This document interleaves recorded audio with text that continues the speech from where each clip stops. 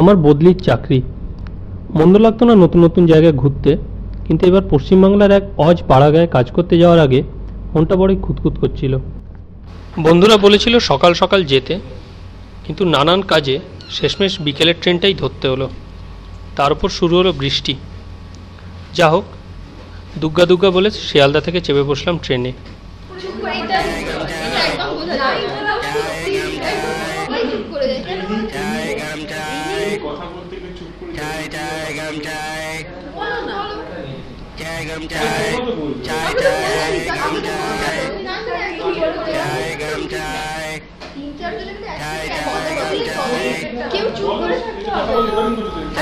পাঁচটা বেজে 10 মিনিটে আপ 2320 শান্তিপুর লোকাল শিয়ালদা থেকে শান্তিপুর যাবার গাড়ি 3 নম্বর প্ল্যাটফর্ম থেকে ছাড়ছে।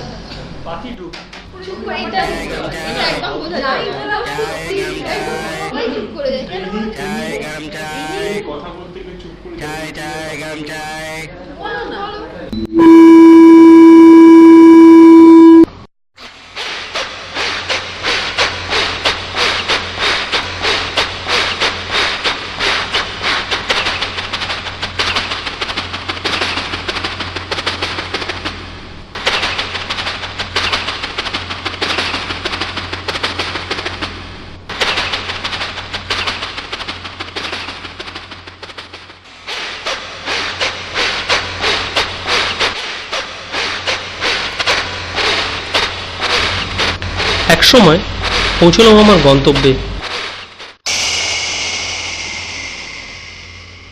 চারিদিকে গাঢ় অন্ধকার, বৃষ্টিও চলছে সমান তালে।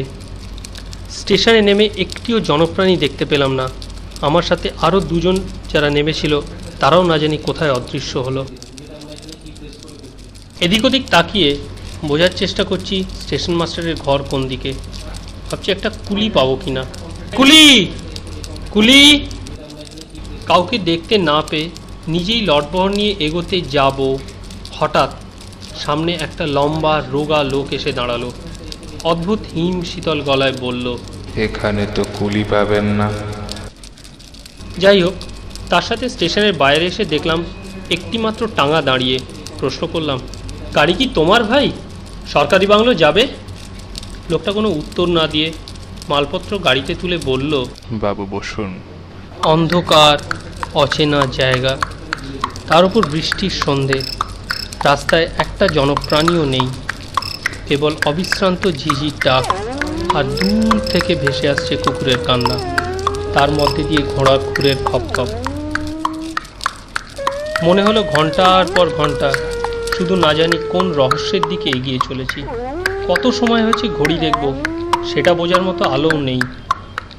একসময় ঘোড়ার গাড়ি থামল। লোকটি দরজা খুলে বলল, নামুন বাবু।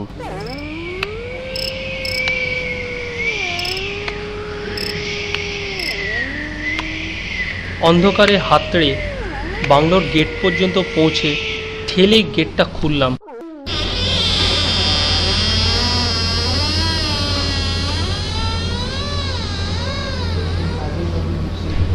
ডাক দিলাম, চৌকিদার, চৌকিদার! সাড়া না পেয়ে এগিয়ে গেলাম। একটু এগোতেই হেরিকেন হাতে একটা লোক এসে বলল, বাবু, আমি চৌকিদার। ভাবলাম বৃষ্টির রাত, আপনি আসবেন না। যা হোক করে রাতের খাওয়া সেরে ঘুমের ব্যবস্থা করলাম। বাইরে তখনও ঝিঝির ডাক, হাওয়া লেগে পাতায় পাতায় শব্দ। ঘুম কিছুতেই আসছে না। মনে মনে ভাবলাম, যা হোক করে রাতটুকু কাটাতে পারলে বাঁচি। খানিক বাদে তন্দ্রা মতন এসছিল। কিসের একটা শব্দে ঘুমটা ভেঙে গেল।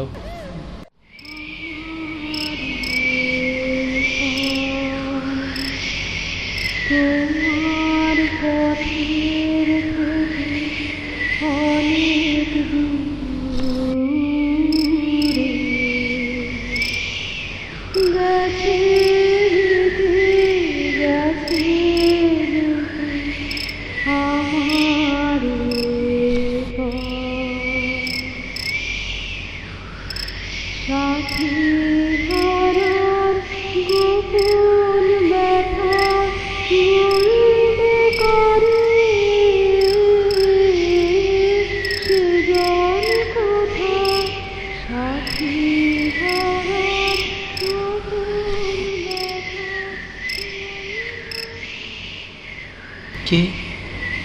কে ওখানে? বাবু শুয়ে পড়ুন, ওসব কিছু নয়। কিছু নয় কি? স্পষ্ট দেখলাম একটা মেয়ে চলে গেল। না বাবু, আপনি ভুল দেখেছেন। না বললে হবে? আমি গান শুনলাম যে। বলছি তো কিছু নয়, আপনি স্বপ্ন দেখেছেন।